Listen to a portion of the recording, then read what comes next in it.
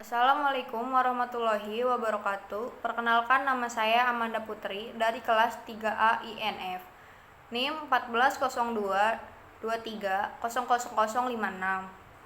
Saya dari Fakultas Ilmu Komputer, Prodi Sistem Informasi. Di sini saya akan mempresentasikan hasil observasi saya yang berjudul Analisis Sistem Pembayaran dan Kualitas Layanan BRI Link.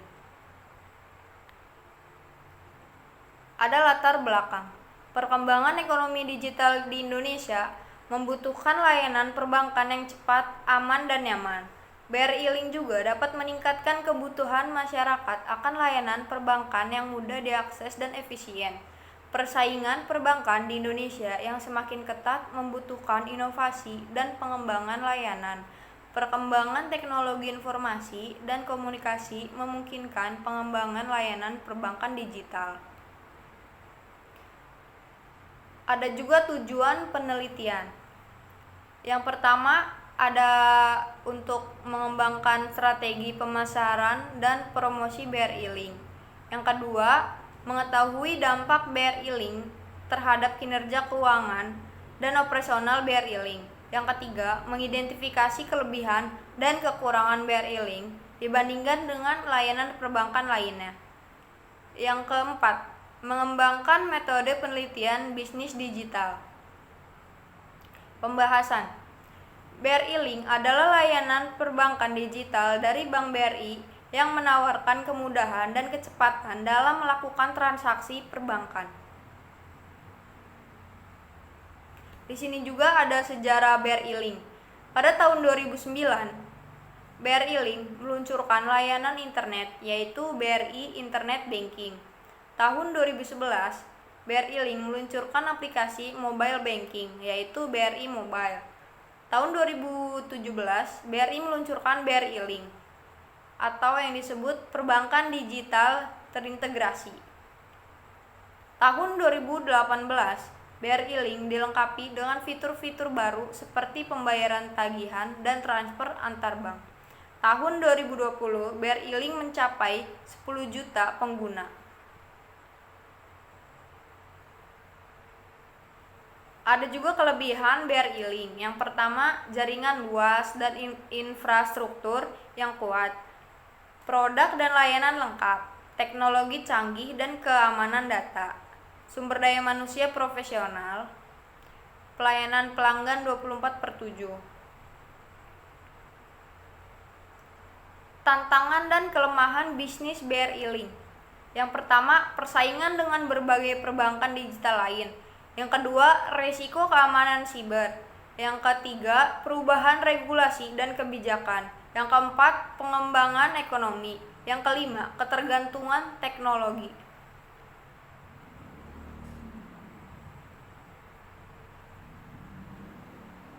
Ada juga peluang bisnis BRI Link,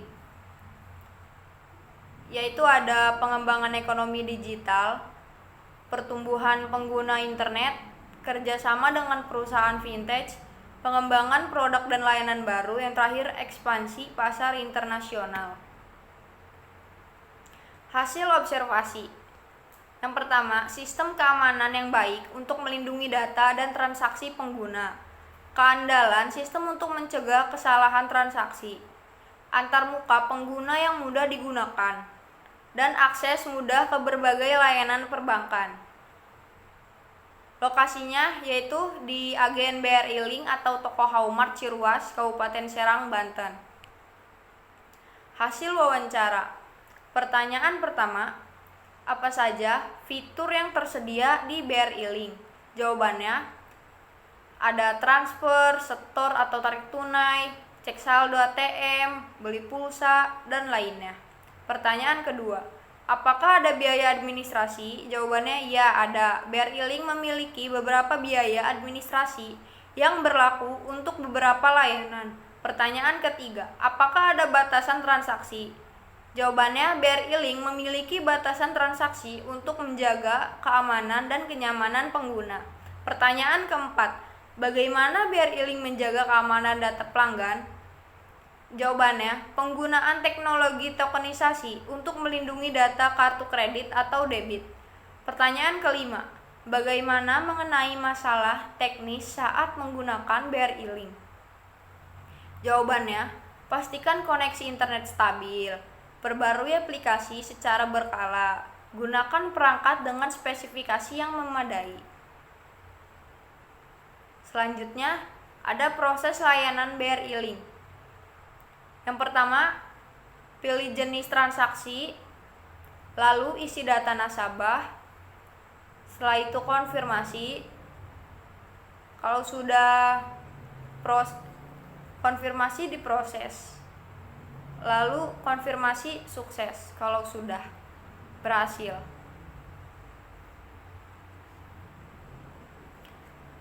Lalu masukan atau input. Yang pertama, sumber daya manusia, yaitu tenaga kerja yang terlatih dan profesional. Yang kedua, teknologi, yaitu sistem perbankan digital, jaringan internet, dan perangkat keras. Yang ketiga, modal, yaitu biaya operasional, investasi, dan pendanaan.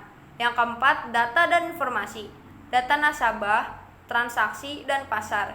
Yang kelima, jaringan, yaitu kerjasama dengan perusahaan lain dan lembaga keuangan.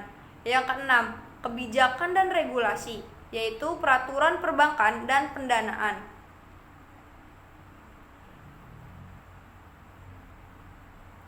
Selanjutnya, keluaran. Yang pertama, produk dan layanan perbankan digital atau BRI Link. Yang kedua, transaksi keuangan seperti transfer, pembayaran, dan lain-lain. Yang ketiga, informasi dan edukasi keuangan. Yang keempat, pelayanan pelanggan. Yang kelima, laporan keuangan dan analisis. Yang keenam, mengembangkan bisnis dan inovasi. Di sini juga ada strategi pengembangan. Yang pertama, inovasi teknologi. Yang kedua, peningkatan kualitas pelayanan. Yang ketiga, pengembangan produk dan layanan. Yang keempat, kerjasama strategis. Yang kelima, pengembangan sumber daya manusia. Nah, di sini ada metode transaksi, contohnya saya melampirkan 3 metode transaksi. Lalu di sini ada dokumentasi. Di situ ada pemilik BRI Link, gambar tokonya walaupun banyak dus-dus pampers karena emang bukan BRI Link doang. Di sini ada saya dan pemilik BRI Link. Nah, yang terakhir, kesimpulan. Sistem pembayaran melalui BRI Link memungkinkan transaksi yang lebih cepat dan mudah dibandingkan dengan metode konvensional.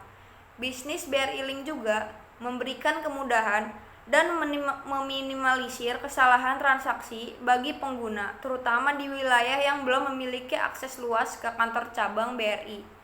Ya, contohnya seperti yang rumahnya di kedalaman gitu, yang jauh dari cabang kantor BRI, bisa ke BRI Link terdekat, itu lebih mudah, lebih cepat juga. Segitu saja presentasi dari saya, kurang lebihnya mohon maaf. Wassalamualaikum warahmatullahi wabarakatuh.